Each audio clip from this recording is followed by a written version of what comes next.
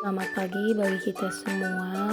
Di video kali ini saya Prilian Joniha dengan NIM 46 2023 bersama teman saya Benselina Pasahari akan membahas tentang anatomi fisiologi sistem imun. Adakah di antara teman-teman yang masih ingat atau pernah membaca organ apa saja yang mengatur sistem imun kita? Adakah juga yang bisa menjelaskan bagaimana fisiologi sistem imun kita? Saya yakin di antara teman-teman yang sedang menyimak video ini bisa menjawab benar, ya.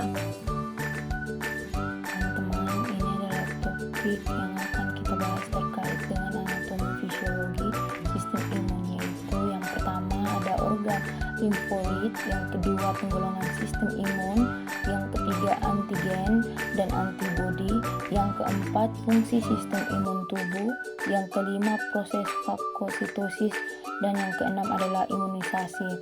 Kita mulai saja dari pertama, yaitu limfoid.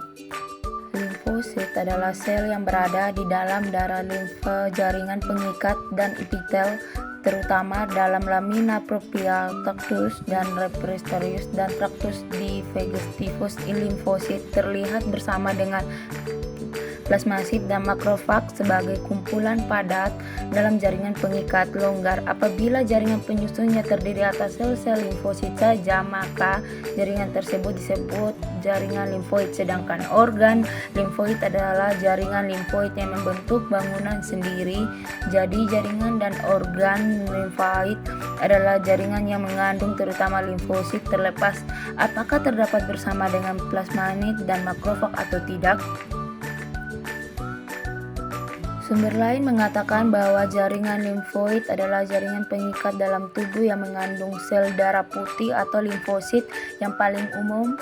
Jaringan ini termasuk kelenjar getah bening, amandel, dan kelenjar gondok.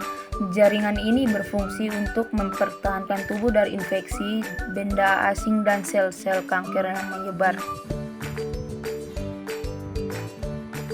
Berdasarkan atas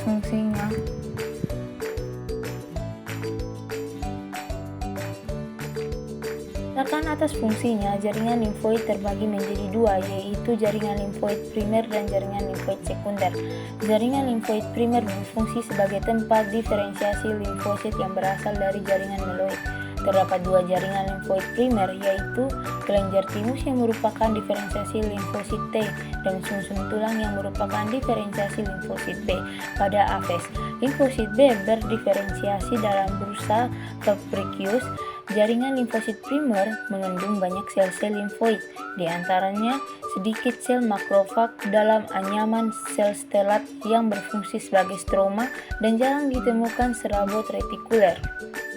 Dan yang kedua, jaringan limfoid sekunder berfungsi sebagai tempat menampung sel-sel limfosit yang telah mengalami diferensiasi dalam jaringan sentral menjadi sel-sel yang imunopoten yang berfungsi sebagai komponen imunitas tubuh. Dalam jaringan limfoid sekunder sebagai stroma terdapat sel retikuler yang berasal dari meniskim dengan banyak serabut retikuler. Jaringan limfoid yang terdapat dalam tubuh sebagian besar tergolong dalam jaringan ini. Contohnya nodes lepticus, limfa, dan tonsilla. Kesimpulannya, yang termasuk organ limfoid yaitu organ limfoid primer yaitu sumsum tulang belakang dan timus, sedangkan yang termasuk organ inferior akan membahas organ limfoid dimulai dari timus. Timus merupakan organ yang terletak dalam mediastinum di depan pembuluh darah besar yang meninggalkan jantung. Timus merupakan satu-satunya organ limfoid primer pada mamalia yang tampak dan merupakan jaringan limfoid pertama pada embrio. Sesudah mendapat sel induk dari Sanctus vitellinus, limfosit yang terbentuk mengalami proliferasi terhadap sebagian akan mengalami kematian. Yang hidup akan masuk ke dalam peredaran darah sampai ke organ limfoid sekunder dan mengalami diferensiasi menjadi limfosit T. Limfosit ini akan mampu menggerakkan reaksi imunologi humoral. Tur lain menyebutkan bahwasanya kelenjar timus adalah kelenjar yang terletak di tengah rongga dada tepatnya di belakang tulang dada dan di antara paru-paru. Bentuknya menyerupai tabung kecil dan berdiri di atas bagian yang berukuran sama. Kelenjar timus ini berukuran akan berubah seiring bertambahnya usia. Kelenjar timus berperan memproduksi hormon yang dalam pematangan sistem imun, mengaktifkan pertumbuhan badan dan mengurangi aktivitas kelenjar kelamin. Hormon thymosin dan phebotin dihasilkan oleh sel-sel epitel pada kelenjar timus. Hormon thymosin untuk membentuk meningkatkan cara kerja limfosit. Fungsi hormon thymosin ini adalah melawan infeksi dan sel kanker. Sedangkan hormon thymosin adalah hormon yang terlibat dalam proses sel T merubah menjadi pembasmi penyakit.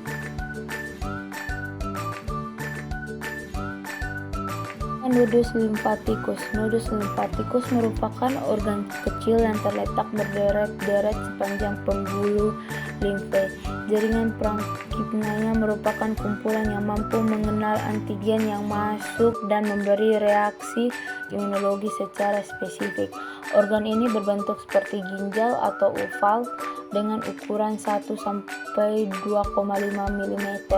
Sebagian yang memekuk ke dalam disebut hilus, yang merupakan tempat keluar masuknya pembuluh darah. Pembuluh limfe aferen masuk melalui permukaan konveks dan pembuluh limfe eferen keluar melalui hilus. Nodus limfatikus tersebar dalam ekstremitas leher, ruang reproduksi dan pelvis. Si nodus ini untuk menyaring antigen dari info mengenai respon imun. Manifestasi klinis apabila nodus ini mengalami gangguan biasanya akan mengalami pembekakan. Pembekakan pada nodus limfa ini bisa disebabkan oleh berbagai jenis infeksi, misalnya monoklosis, tuberkulosis, infeksi telinga, sakit tenggorokan akibat infeksi bakteri, dan campak. Berikut merupakan gambar letak dan penampang secara anatomi nodus limfa. Nodus limfa atau yang lebih dikenal dengan kelenjar limfa atau kelenjar getah bening atau nodus getah bening adalah salah satu komponen dari sistem limfatik yang merupakan bagian dari sistem pertahanan tubuh pada tubuh manusia. Kelenjar limfa berfungsi sebagai liter untuk cairan limfa mengumpulkan dan menghancurkan antigen. Kelenjar limfa dapat ditemukan pada bagian tubuh tertentu, terutama di bagian lipatan-lipatan tubuh dan di dekat organ-organ yang berbatasan dengan luar tubuh. Gambar letak nodus limfa ada di sisi kiri. Silakan Anda. Lalu secara struktur kelenjar limfa itu terdiri dari pembuluh limfa, ada sinus, ada kelenjar limfa, ada kapsul limfa, ada medula, katup untuk mencegah aliran balik, dan ada pembuluh limfa aferen. Kelenjar limfa dilewati oleh pembuluh limfa sehingga kelenjar limfa saling berhubungan satu sama lain. Pembuluh membawa cairan limfa pada umumnya berupa sel darah putih, terutama limfosit T dan B. Tubuh manusia memiliki kurang lebih sekitar 600 kelenjar limfa dan umumnya berada di daerah subteraris atau bagian bawah pada ruang bawah di ketiak, lipatan paha, amandel, serta dinding tegak. Kelenjar limfa tersebar di sepanjang jaringan ikat yang terdapat pada membran mukus yang membatasi dinding saluran pencernaan, saluran reproduksi, saluran kemih, dan saluran pernapasan. Letak kelenjar tersebut sangat strategis untuk berperan dalam respon imun melawan zat asing yang masuk dalam tubuh melalui pencernaan ataupun pernapasan. Kelenjar limfa juga memiliki jaringan folikel yang tersusun oleh limfosit, sel dendritik, folikuler, makrofag, dan sedikit limfosit. Jaringan folikel kelenjar limfa dibagi menjadi dua, yaitu folikel limfoid primer dan yang merupakan prolet kecil sel-sel, dan ketika ada stimulasi antigen akan berubah menjadi folikel linfoid sekunder yang berupa agregate besar sel-sel stratifikasi. Folikel sekunder akan hilang secara bertahap selama 2-3 minggu. Pada folikel linfoid sekunder terdapat bagian tengah disebut pusat kemih yang berisi priorisasi limfosit B sel, dendritik fokuler, makrofag, dan limfosit helper tipe 2 atau CD4. Sedangkan pada bagian luar pusat benih terdapat limfosit B naive. Jaringan folikel tersebut berfungsi menampung limfosit B imunokompeten yang bergantung aktivitas antigen. Terdapat ditemukan permukaan dinding usus halus terdapat di lapisan lamina proprio. Bagian tersebut dinamakan Bayer space. Berikutnya yaitu lain dan tosila. Lain merupakan organ limfoid yang terletak di rongga perut di sebelah kiri atas di bawah diafragma dan bagian besar dibungkus oleh peritoneum. Lain merupakan organ penyaring yang kompleks, yaitu dengan membersihkan darah terhadap bahan-bahan asing dan sel-sel mati di samping sebagian pertahanan imunologis terhadap antigen. Lain berfungsi pula untuk degrasi hemoglobin, metabolisme V, tempat persediaan trombosit, dan tempat limfosit B dan B. Salah satu contoh gangguan lain yaitu ruptur lain, yaitu merupakan kondisi rusak akibat lin akibat satu dampak penting pada lem dari beberapa sumber penyebab utama, yaitu cedera langsung atau tidak langsung yang menyebabkan laserasi kapsul linealia alias dan alfosi medikalin sebagai atau menyeluruh. Berikutnya tonsila. Tonsila penghubung antara koris dan paraks disebut vakuolia. Di daerah ini membran mukosa traktus digestivus sebanyak mengandung kumpulan jaringan limfoid terdapat kecil-kecil di seluruh bagian di daerah tersebut. Selain itu ditemukan juga organ limfoid dengan batas-batas nyata. Rangkaian organ limfoid ini atau cincin Wilder meliputi Pisola linguis. Kita akan membahas tentang penggolongan sistem imun tubuh. Imunitas adalah resistensi terhadap penyakit, terutama penyakit infeksi. Gabungan sel, molekul, dan jaringan berperan dalam resistensi terhadap infeksi tersebut.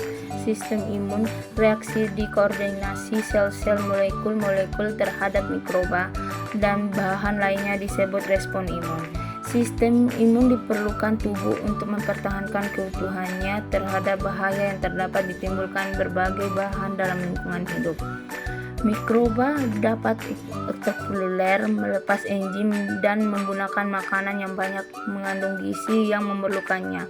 Mikroba lain menginfeksi sel penjamu dan berkembang biak intraseluler dan menggunakan sumber energi sel penjamu. Baik mikroba seluler maupun intraseluler dapat infeksi subjek lain, menimbulkan penyakit dan kematian, tetapi banyak juga tidak berbahaya, bahkan berguna bagi penjamu. Perbedaan sistem imun non-spesifik dan spesifik. Untuk resistensinya, sistem imun non-spesifik tidak berubah oleh infeksi, sedangkan yang spesifik membaik oleh infeksi berulang karena ada sifat memori. Untuk spesifiknya, sistem imunospesifik umumnya infeksi terhadap semua mikroba, sedangkan yang spesifik sebelum mikroba dan instansi. Sel yang penting dalam sistem imun spesifik adalah sel fagosit, monokloid, dan polimonuklear, sel NK, sel Max, dan enfosil. Sedangkan pada sistem imun spesifik TH, TTTH, TTC, dan sel B. Molekul yang penting pada sistem imun spesifik yaitu leukodim, komplement protein, fase akut, inflamasi RV, collecting, dan molekul adhesi. Sedangkan pada sistem imun spesifik yaitu antibodi, sitokin, mediator, dan molekul adhesi. Perbedaan sistem imun non-spesifik dan spesifik. Untuk resistensinya, sistem imun non-spesifik tidak berubah oleh infeksi, sedangkan yang spesifik membaik oleh infeksi berulang karena ada sifat memori.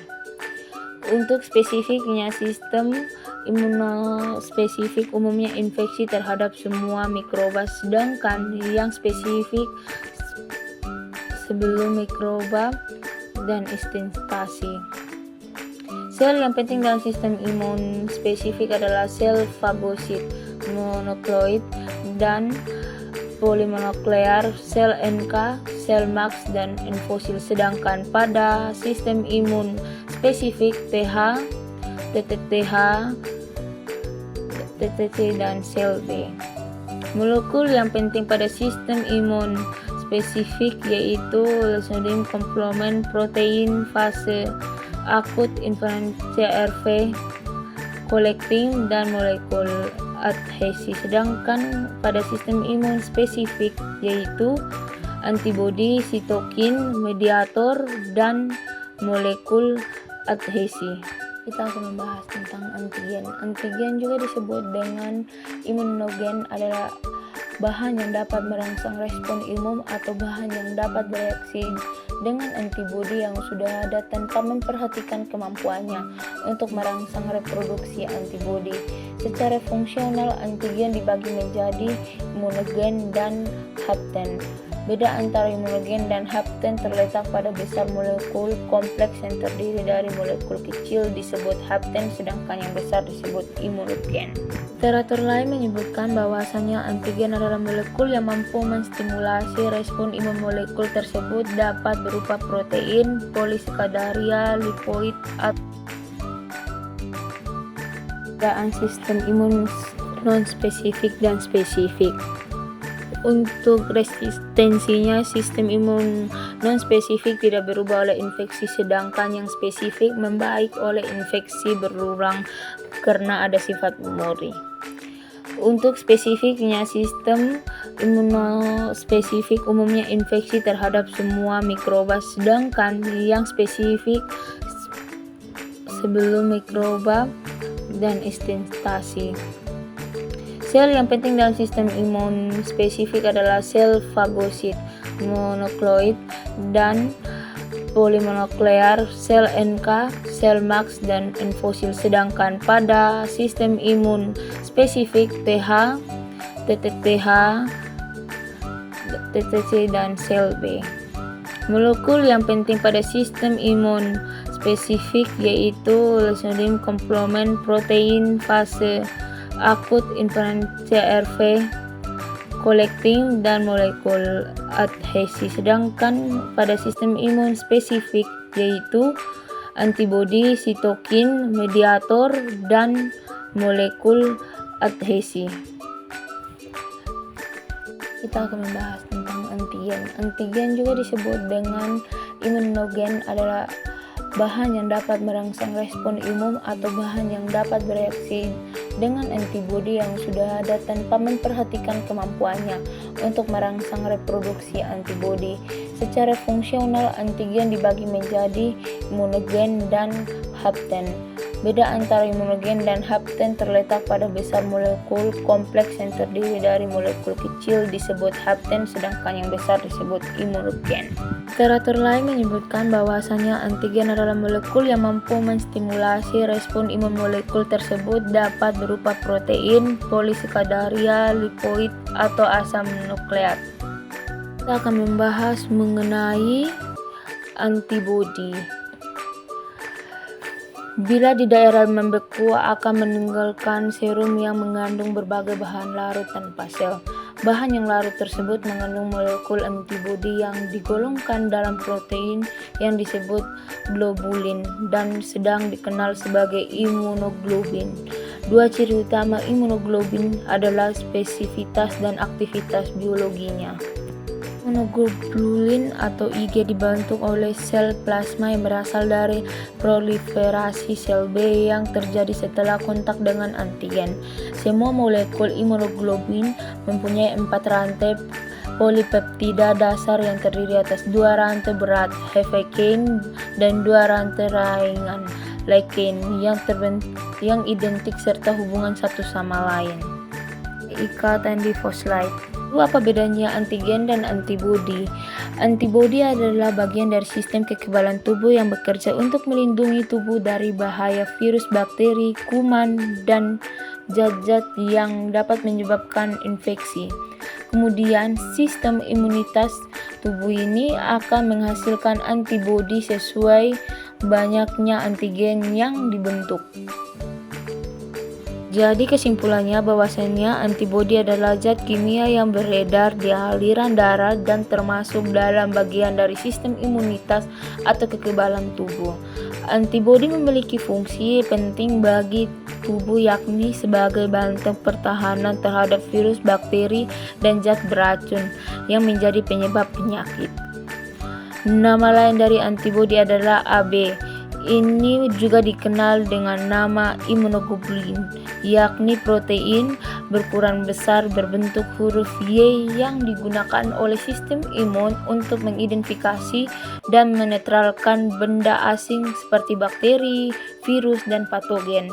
Antibodi ini mengenali molekul unik-unik dari patogen yang disebut antigen.